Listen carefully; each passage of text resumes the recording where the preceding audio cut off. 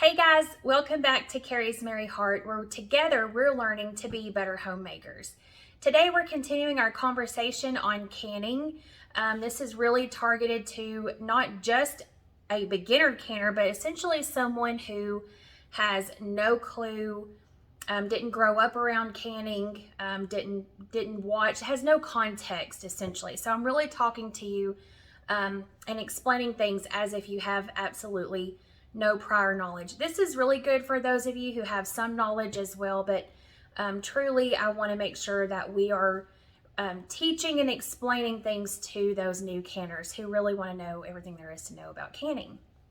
I'm certainly no expert, but in any case, I will do my best to tell you everything that I know about the hobby and the craft. So with that being said, in my last video where I compared and contrasted the All-American 921 canner with the Presto canner, I promised to go through my kit, my little canning kit that you see right here. And so I've pulled almost all of the contents out of that kit and have placed them here in front of me so we can go through them. And this is essentially a list of things that you need, essential things that you need to can, as well as a few things that are optional, a few things that I wish I had known before I got into a project that I might need, that not just a lot of people really talk about until they're in a recipe video. So I hope to kind of glean some things that maybe you haven't seen before, give you a few options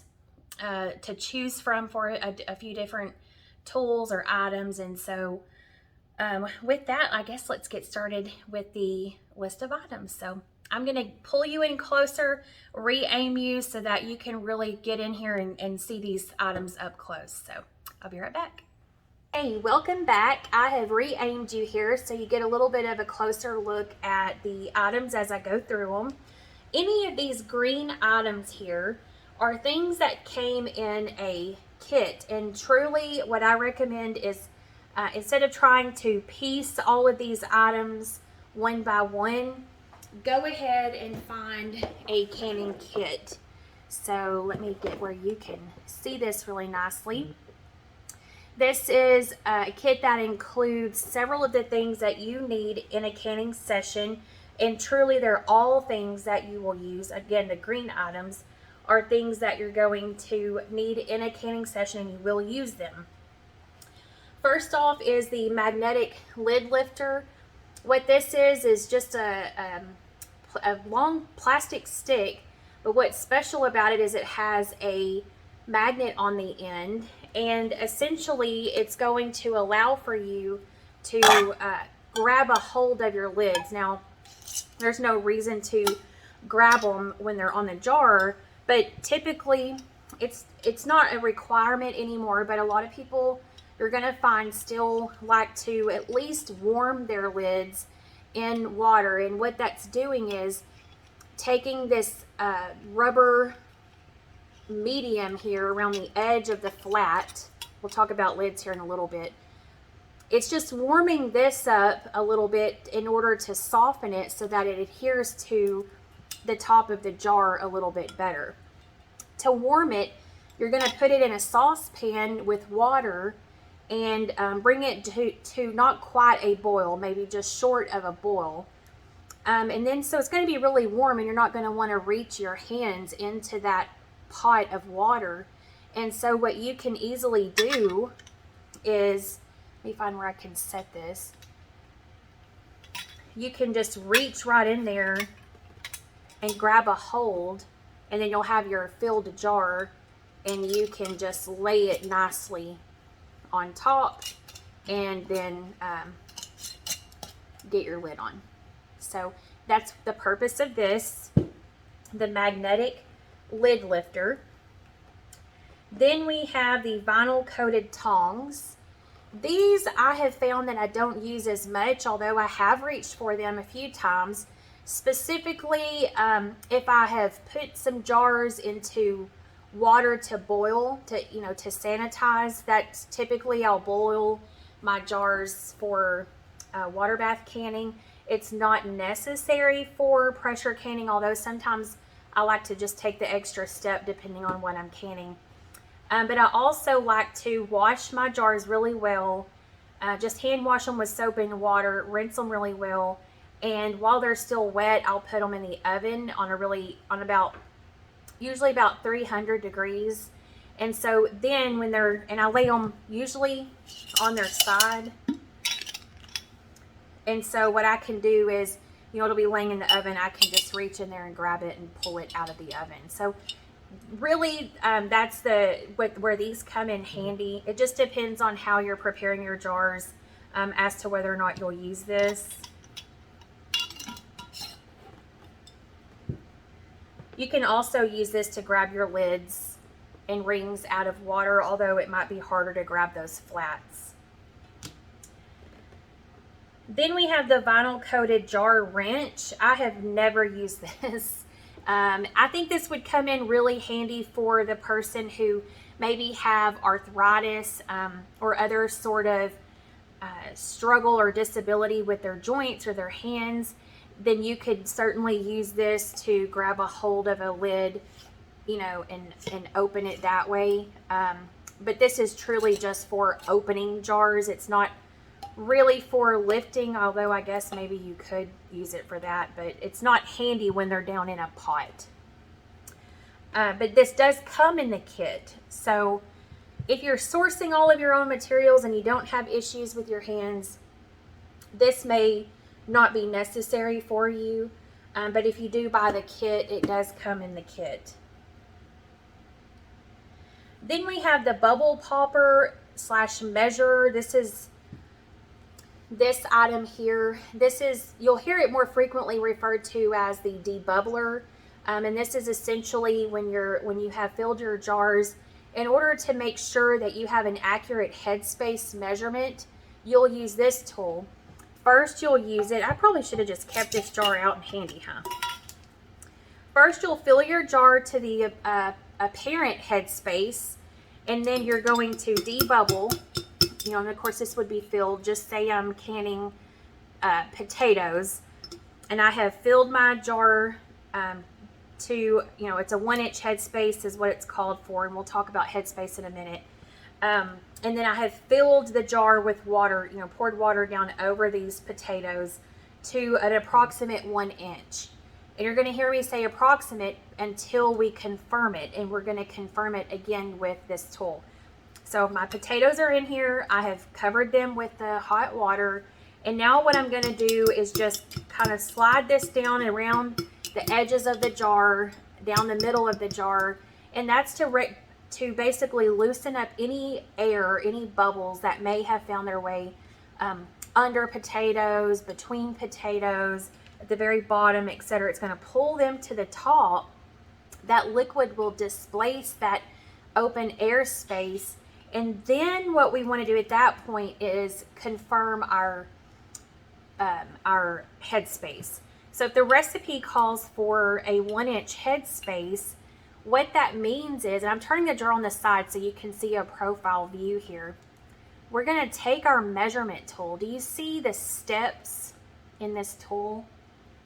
Each one of those steps represents a measurement, where the shortest is a full 1-inch headspace, and this one here is a 1/4 inch. And what you're doing is resting this. It's if the measurement would be as if this was placed on the jar. So when I place this level on the jar rim, that's telling me that if the solution comes and touches the very tip of this, that's going to be a 1 inch. So it's 1 inch from here to here. 3/4, half, a 1/2 inch, and 1/4 inch. So when I'm checking my headspace, of course my jar would be turned up like this. I just want to show you. When I rest that 1/4 inch level on my jar, then the solution or the contents of my jar should just barely touch the very tip of this. If my recipe calls for a 1-inch headspace, then I'm going to find the 1-inch mark on here, which is the shortest one, and I'm going to place it on the jar, and the contents, just so you can see, should barely touch the bottom of this pointed part here. So it's always in context of the pointed part. And so if you went 3/4 of an inch, you would use this step, 1/2 inch this step, 1/4 inch this step. And the solution should always just barely touch the bottom of the tip here. Okay. So this is the debubbler slash measure, headspace measurer. That's really handy. The more you can, the more projects you do, the more you're going to be able to eyeball it for the most part. But if there's ever a question, you can pull your handy dandy measurer back out. Canning funnel is essential as well. This helps control the contents. Often what we're working with is hot, sticky. You know, if you're canning jellies or preserves, it's very sticky, and you want to try to eliminate as much stickiness and residue on these rims while you're canning as possible. You're not going to be able to avoid it altogether in a lot of canning project instances, but this is certainly going to help.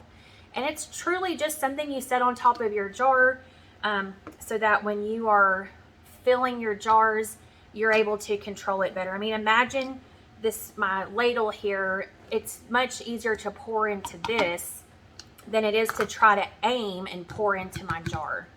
And you'll see people do that. Oftentimes, if they're not using a ladle though, they're using a pitcher. So they're using a measuring cup or a pitcher of some sort in order to pour the contents into the jar.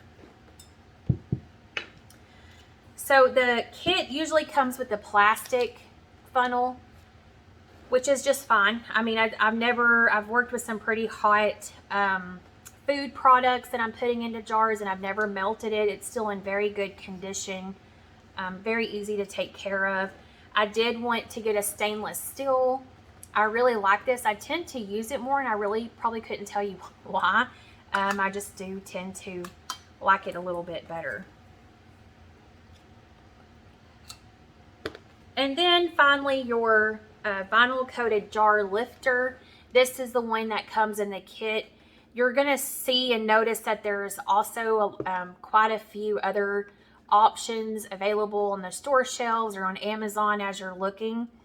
I will tell you that this one has overall been a better jar lifter than the plastic one. I'll explain why. I will say you do have to watch because these ends pop out, but it's really usually just with heavy use or after I've washed it, it does pop back in there very easily. It's never come undone when I'm actually lifting a jar. It's usually after, like I said, I've cleaned it. It seems like at one point it got a little stiff. It didn't want to move very easily.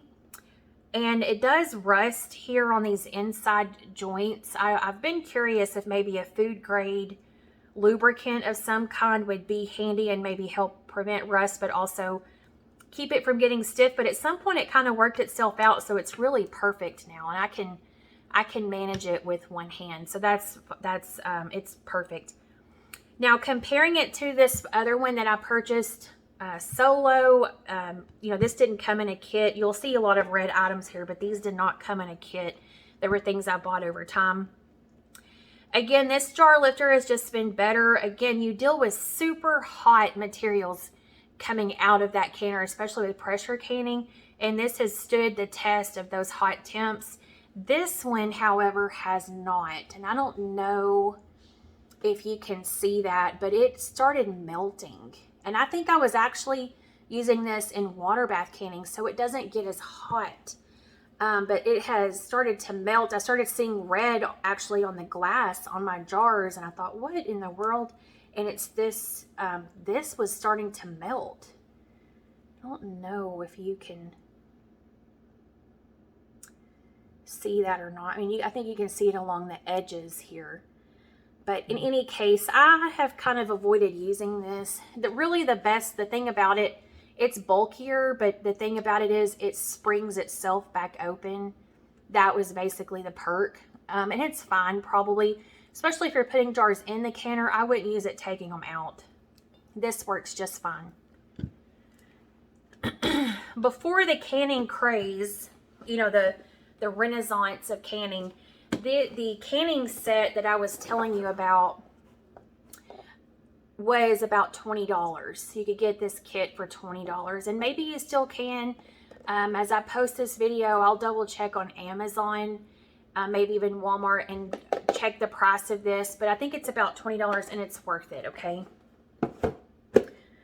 So those are just the very basics, okay? There's a few other optional things. You can always use your cooking ladles, your soup ladles, or etc. But this one was actually sold in and marketed in the canning aisle, and it fills a pint jar near perfect, and about 2 scoops fills a,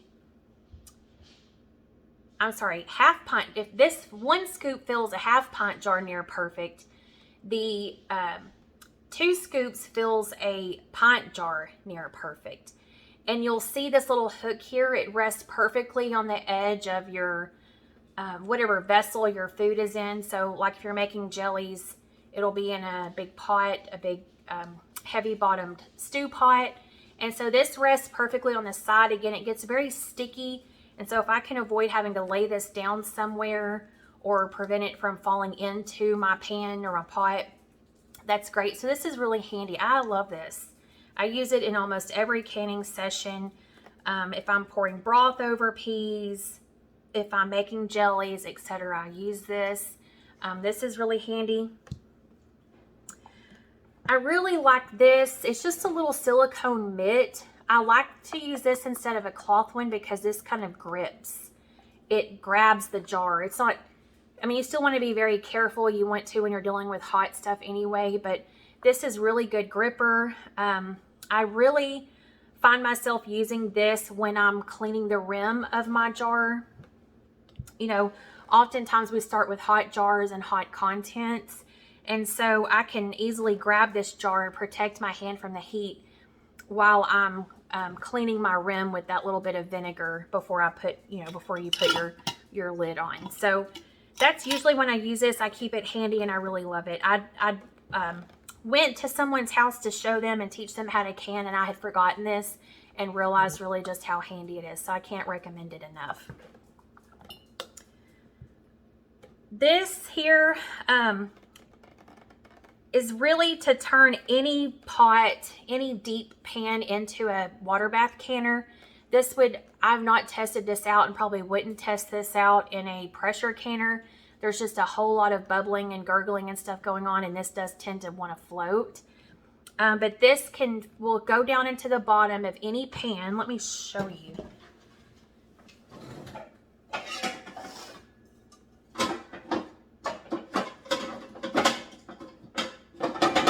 Well, if it'll let go of it.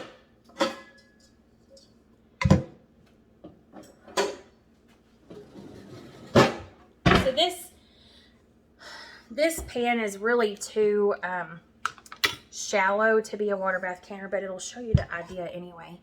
But you just set this down in the bottom of the pan, and then you can put your filled jars down in it. When you're canning, whether it's water bath canning or pressure canning, you never want to put your jars directly on the bottom of the pot or the canner that you're using. And so to water bath can, you don't have to have a water bath canner. You just have to have a pot that's heavy bottomed that will be deep enough that you can fill your pot to cover the jars by 1 inch.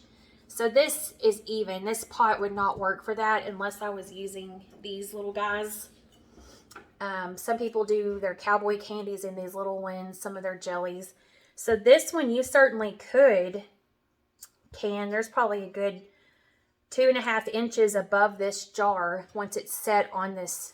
I call it a little trivet. But in any case, the purpose is any pot can be turned into a water bath canner as long as you can cover your jars by 1 inch. So let's just leave it at that and not go into too much more detail. So this is really handy. I've really used this when I'm water bath canning and I've needed more than just my canner. I made a big batch of strawberry jelly. I filled my water bath canner, but I really wanted to get those jars going.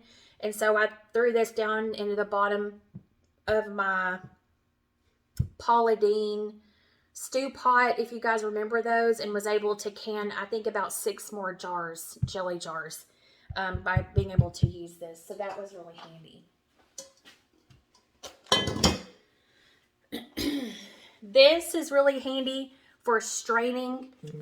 Believe it or not, you're going to need something like this. I use this a lot of times when I roast a broth, when I make broth in the big roaster, and I want to pull all the vegetables and the bones and stuff, kind of pre-strain it. I will use this to pull all those big chunks out, drip them, and then put them in the trash or wherever I'm going to use them next. Let's see. You're going to want a good Sharpie marker. I would keep, I'd go buy a bulk pack and keep them handy because you're going to use the heck out of them. Let's see, as far as this view goes, I think I've covered everything. So again, the absolute essentials you can buy in this kit. These other things are just niceties to have. As you get used to canning more, you're going to learn what products you really like to use. So let me get you re-aimed here and we'll talk about the next couple of items. Okay, as you can see, I have a few additional items here. We're going to talk about jars. We're going to talk about straining. We're going to talk about pickling. And then we're going to talk about decorating your jars too for things like gifting or county fair submissions. So starting with the jars, they generally come in 12 packs if you're buying them brand new. They come in a little cardboard base and then they're shrink wrapped in plastic. The plastic is usually trash, but most of us keep those cardboard bases so that we can store either canned items or just the jars in them. I did inherit my husband's grandmother's jar stash, and so I have had to figure that, she didn't have all of those cardboard bases. So I've had to figure out a different way to really organize these jars, and I'll talk about that in a different day, but I don't want to chase too much of a rabbit. But in any case, you'll see here that there are 4 main sizes of jars. There are a couple of other more specialty sizes that you'll find in the grocery stores or in the box stores online and etc. But the 4 main sizes are quart jars. That's the biggest jar.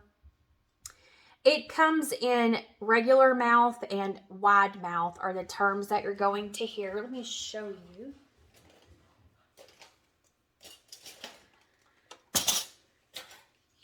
So this is an example of a regular mouth size next to the wide mouth size. For an example here, I have the regular mouth. You'll notice that these lids, these flats, only fit one size. So they're not interchangeable. So either your jar is a regular mouth jar or it's a wide mouth jar. Let's see if I think I have a wide mouth jar handy.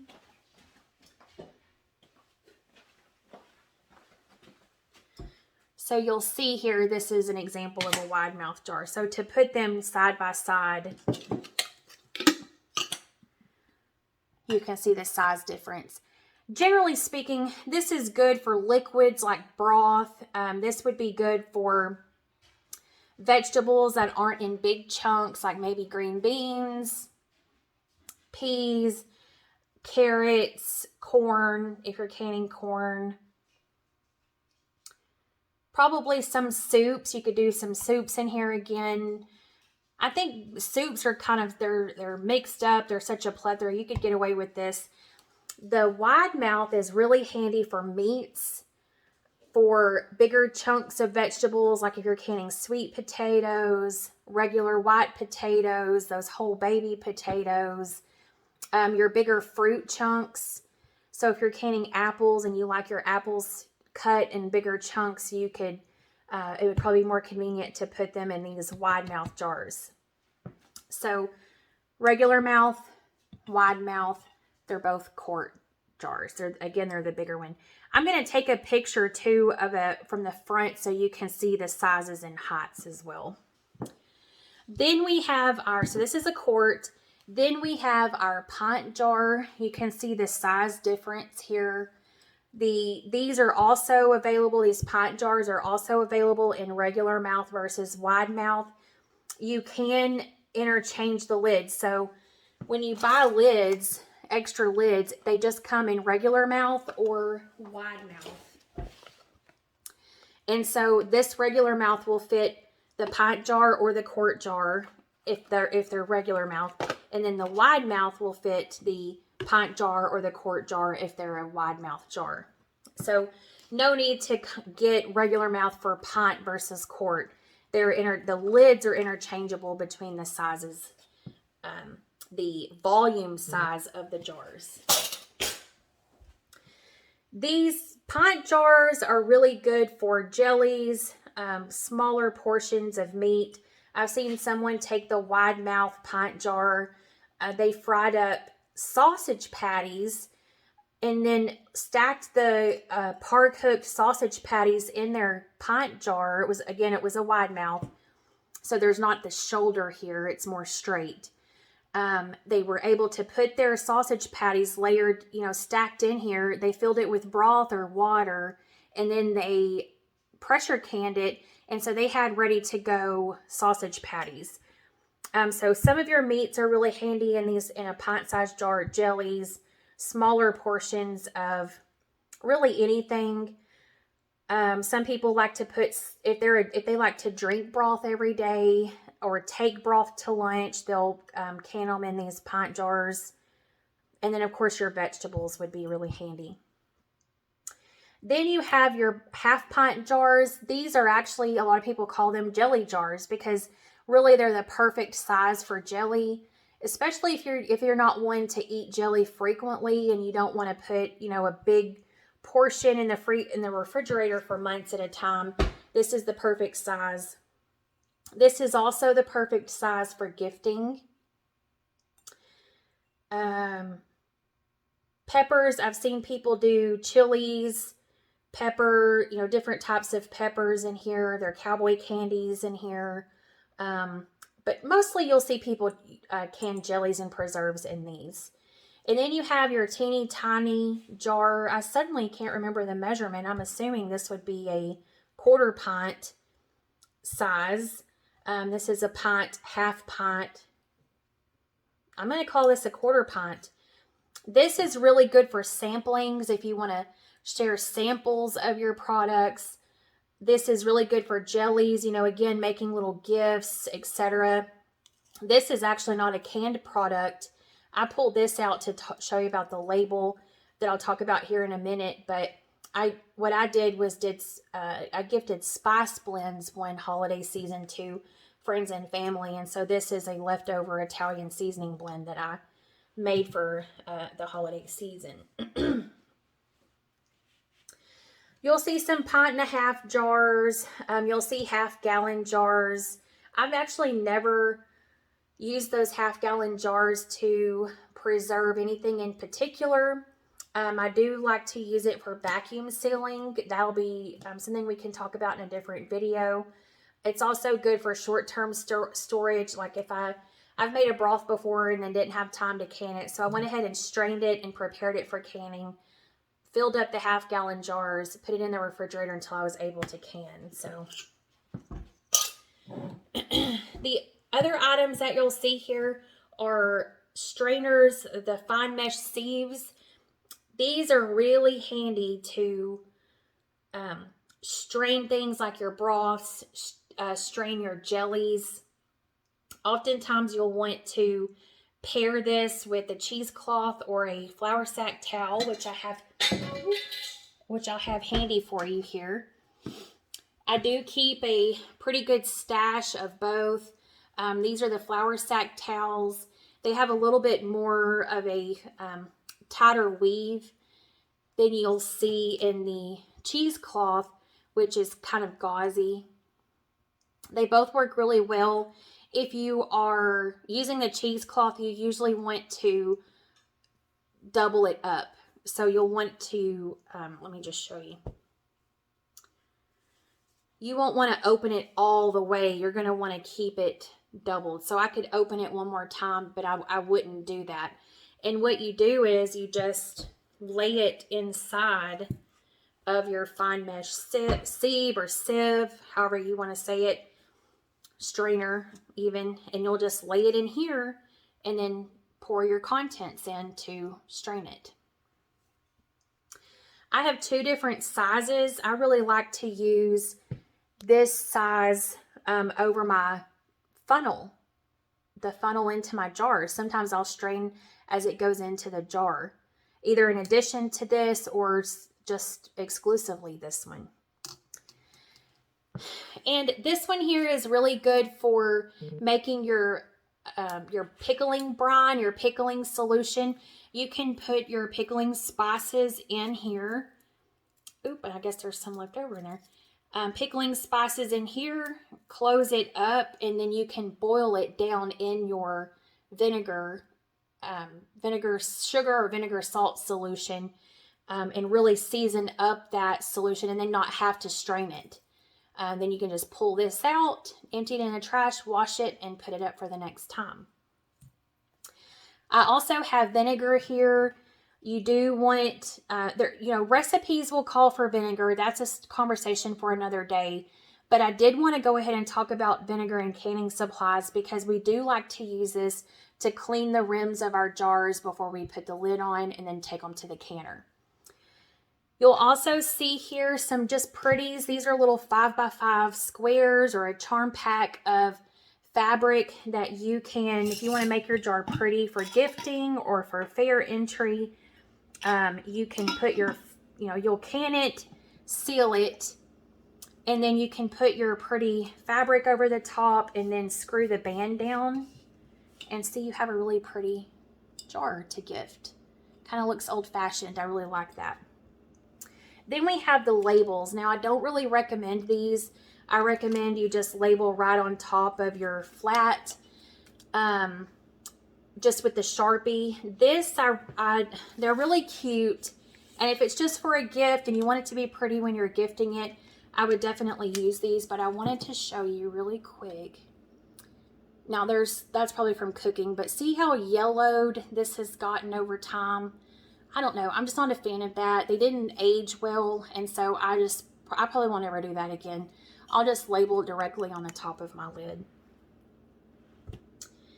So we have just a couple of more things to talk about. I'm going to reset, and I'll be right back. Okay, so we're back now, and just finishing up our conversation on essential canning supplies. Essential would definitely be your references, your recipe books, your guides, your directions, and you can't go wrong. The very first book I ever bought was the Ball Blue Book, Guide to Preserving. There are over 500 recipes, and just since we're here, I'll tell you one of the very best recipes is their, it's under preserves. They're heirloom strawberry preserves, and if it's the newest Ball Blue Book, Guide to Preserving with this cover, then it's on page 67. This is my favorite go-to recipe. My family loves it. They steal my jars, which makes me really proud. I certainly don't mind that at all. But in any case, this is a really good starter book. I will tell you, once you get into it, you're going to want all the canning books.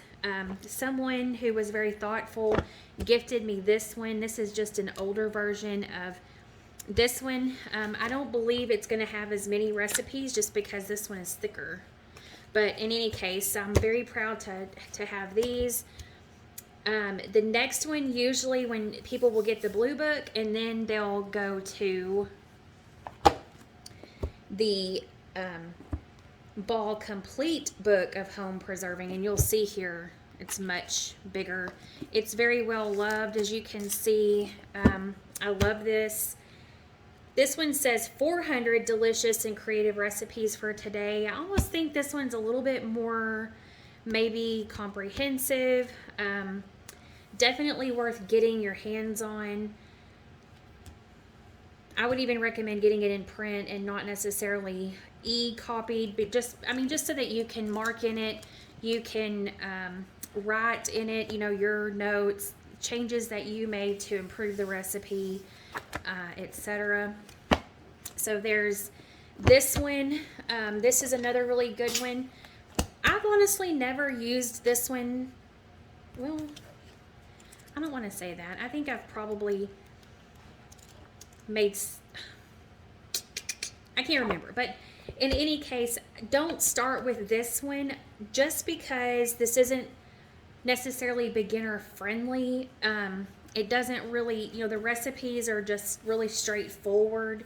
It doesn't go into, if you want to pause it, so take a screenshot or pause it and then compare that to the directions here. It just goes into more how-to. It's a really, this book is a really good reference. Of course, I can't show you too much, but it just goes into more how-to. There's more information, I guess, where this one is just strictly recipes. But I really liked a few of these. They looked really interesting. They looked simplified in some cases, so that's another good one. And then I was gifted this one as well. Let me see if there's a little bit of a glare. I'm sure we all know the Better Homes and Gardens cookbook. It comes in a similar binder with the tabs. This one was gifted to me as well from the same sweet friend who gifted me this, and I really turned this into my preserving book. So I no longer keep, for example, cream of wheat.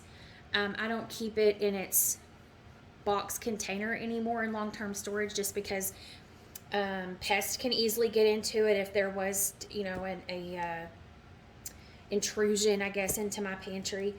So what I ended up doing was cutting out the instructions.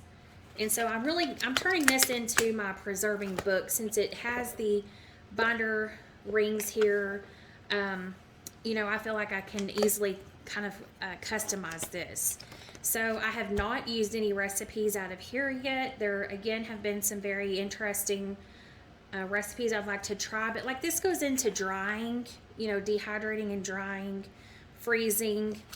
So I think this is going to be kind of my overall preserving notes and recipes, simply just for myself. So this one might be a really interesting one to get for that, because there's more than canning to preserving food. Or what should I say? There's more to preserving food than just canning. And so this might be really handy. This video has gotten really long, and I wanted to talk a little bit about the things I use to organize some of these things. So just really quick, I'm going to keep it simple. I won't go into as much as I wanted to. Leave me some comments if you want me to go into a little bit more detail on the organization aspect, but I needed somewhere to keep all of my rings, my extra rings, extra lids, the toppers that go to the vacuum sealer, flats and rings. So what I ended up doing was going to the Dollar General, or not Dollar General, the, what's it called, guys? Is it just called the dollar store? Where everything's $1, essentially. And I bought these 2 baskets, and one is for wide mouth and one is for regular mouth. I keep the flats, I keep the jar attacher for the vacuum sealer, I keep the rings, and I keep the leak-proof airtight lids that you use like just for cabinet or pantry storage or refrigerator storage.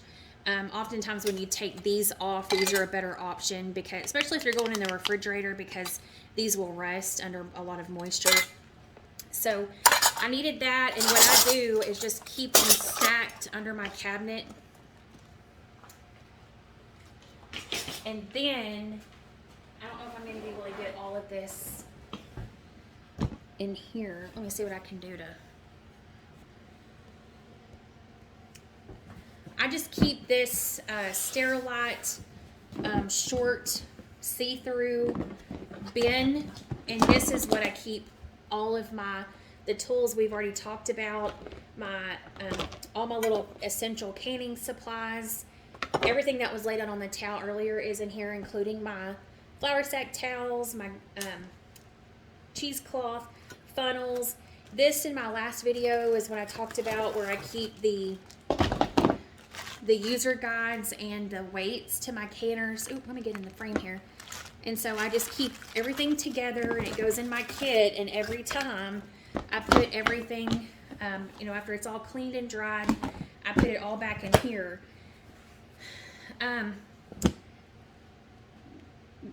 Reorganizing my kitchen and pantry is a major project. I've prioritized reorganizing my pantry. And so in the meantime, until I can really get my kitchen reorganized, when I'm not canning, all of my canning supplies go back out to my pantry. As it is right now, I don't have room in my kitchen. I would like to make a designated cabinet or drawer specifically for canning, including my lids and rings, in the house, so that it's just easier to get a session going and not necessarily having to go out and find all of my supplies. So I do recommend that. But if you don't have the space in your kitchen, or you're in the same boat as I am with just trying to get everything reorganized, this is a really great option, because I go grab the canner and I grab this kit and some jars, and I bring them to the house, and I'm ready to go. So out of all of the supplies, the only thing we haven't talked about are the canners. The only note, I mean, I've made a video on the 2 pressure canners I have. The only thing worth mentioning before I let you go is that, guys, the pressure canner can be used as a water bath canner. You just wouldn't seal it, you wouldn't use the weight, but you can boil a big pot of water in your pressure canner. So if you're trying to decide if you should start with a pressure, if you have a budget for only one, and you're trying to decide, should you get a water bath canner or should you get a pressure canner, get the pressure canner, because it's a twofer, if you want to call it that. You can use it for water bath canning and for pressure canning. So that's my biggest piece of advice when it comes to buying canners. But other than that, I don't want to keep you anymore. I hope this has been informative. Please ask questions if you have any questions. If I didn't, sometimes I start a thought and don't finish it. So if that happened and you're just dying to know what I was trying to say, please leave a comment and let me get back to you. Let's start a conversation. So that's what I'm here for, and I'm excited to hear from you. I hope this has been helpful, and I'll see you next time.